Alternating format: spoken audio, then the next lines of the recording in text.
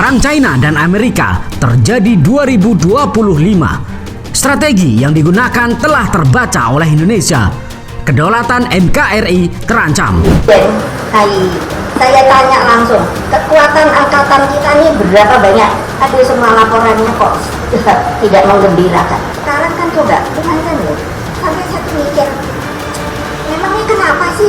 Memang ada masalah politik loh. Tapi kita kan nggak bisa bermain di politik itu saja. Di dalam politik yang sedang berpolitik itu. Oleh karena itu, saya mendesak Dewan Keamanan dan Majelis Umum PBB untuk membahas isu tersebut dan mengambil langkah selanjutnya. Pada saat yang sama, saya menegaskan pula bahwa politik TNI adalah politik negara, politik yang diabdikan bagi tegak kokohnya Negara Kesatuan Republik Indonesia. Sahabat bagi media, konflik terbuka antara China dan Amerika Serikat akan segera terjadi 2 tahun lagi. Friksi dan ketegangan terus meningkatkan eskalasi secara perlahan. Diawali perang dagang, peristiwa balon udara, ancaman ke China perihal bantuan ke Rusia, dan yang paling baru adalah persetujuan senjata ke Taiwan yang disetujui secara bulat oleh parlemen. Amerika tampaknya ingin mempercepat konfrontasi langsung dengan China, hanya menunggu pemantiknya saja, yaitu Taiwan. Ini juga berdasarkan prediksi Jenderal Bintang 4 yang mengirimkan perintah kepada perwiranya untuk persiapan serangan pada tahun 2025. Lalu, jika perang terjadi, bagaimana kondisi Indonesia dan bagaimana kedaulatan Indonesia karena berada dekat dengan China? Mengenai Taiwan, Xi Jinping telah mengatakan bahwa masalah tersebut tidak akan diwariskan dari generasi ke generasi selanjutnya. Ini membuat beberapa analisis berpendapat bahwa Xi Jinping menganggap unifikasi sebagai tugasnya untuk diselesaikan. Tujuan Xi Jinping mengamankan jabatannya untuk ketiga kalinya tampaknya didorong oleh rasa tanggung jawab menyelesaikan beban yang telah membela negaranya selama puluhan tahun. Xi Jinping ingin Taiwan kembali sebelum masa jabatannya berakhir. Di bawah si militer China telah membuat kemajuan yang sangat pesat untuk menjadi kekuatan tempur kelas dunia yang setara dengan Amerika Serikat pada tahun 2050. Banyak sekali prediksi waktu soal kapan China melakukan invasi militer ke Taiwan. Ada yang mengatakan pada tahun 2027, yaitu saat peringatan 100 tahun berdirinya Tentara Pembebasan Rakyat. Ada juga yang memperkirakan pada tahun 2049 saat peringatan 100 tahun berdirinya Republik Rakyat Cina. Namun, seseorang jenderal Amerika memprediksi 2025 adalah sebuah kemungkinan. Pejabat Taiwan setuju bahwa PLA sudah siap. Menteri Pertahanan Taiwan, Chu Ko-cheng, mengatakan pada tahun lalu bahwa militer China akan sepenuhnya siap untuk melakukan invasi pada tahun 2025. Namun sebenarnya pertanyaan di atas bukan yang dipertanyakan warga Indonesia. Namun pertanyaannya, bagaimana posisi Indonesia yang berada di dekat dengan China namun memiliki hubungan baik dengan Amerika? Pertanyaan ini muncul di benak Mimin yang sampai sekarang belum bisa menemukan jawabannya. Atau adakah yang bisa menjawab? Silahkan diskusikan di kolom komentar. Oke, lanjut ke topik si China.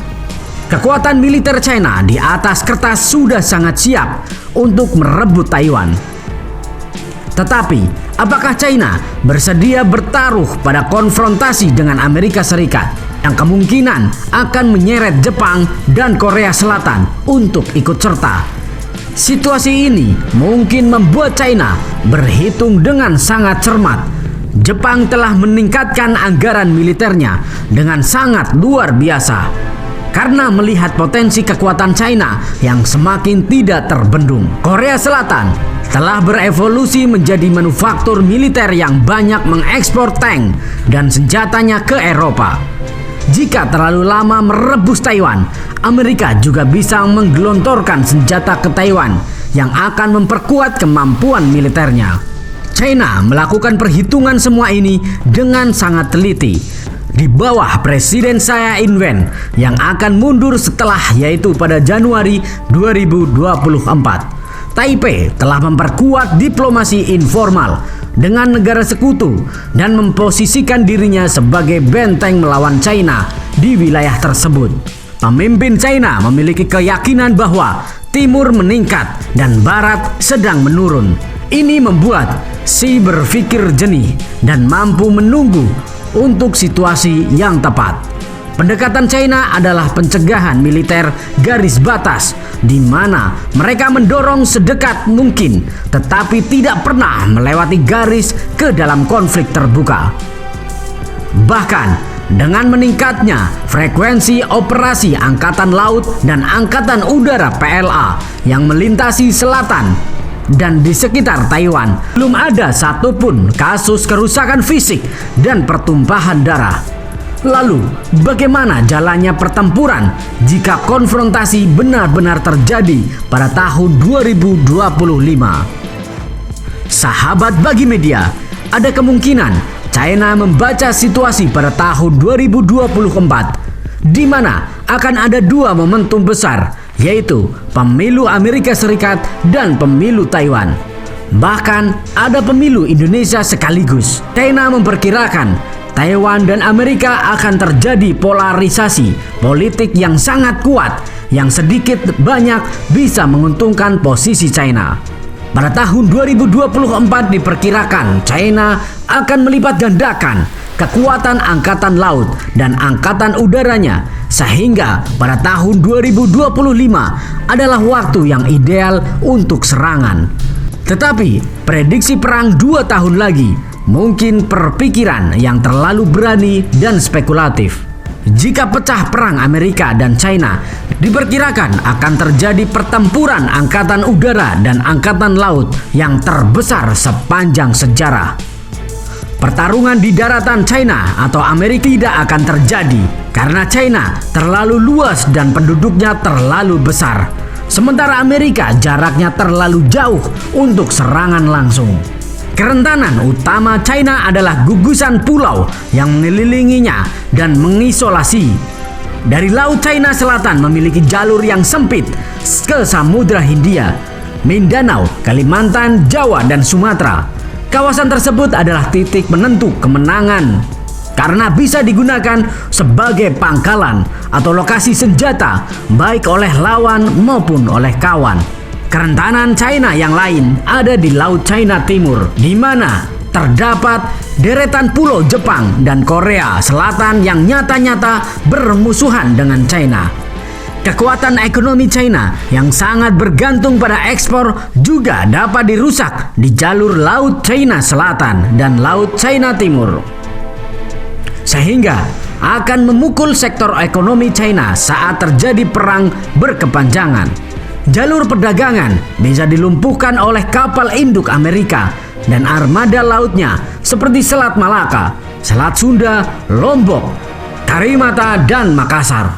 Mengantisipasi hal itu, China sudah banyak membangun pulau-pulau buatan, di mana misil anti kapal selam akan banyak dikerahkan jika terjadi pengepungan jalur perdagangan. China sudah memilih terisasi 3 pulau dari 7 pulau buatan di sekitar LCS.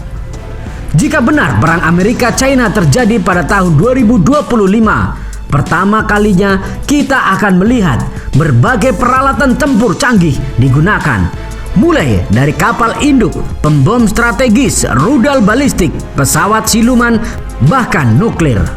Namun, kita berharap semua pihak bisa menemukan solusi damai, sebab bencana perang itu berada sangat dekat dengan kita, bahkan berada di beranda rumah kita sendiri.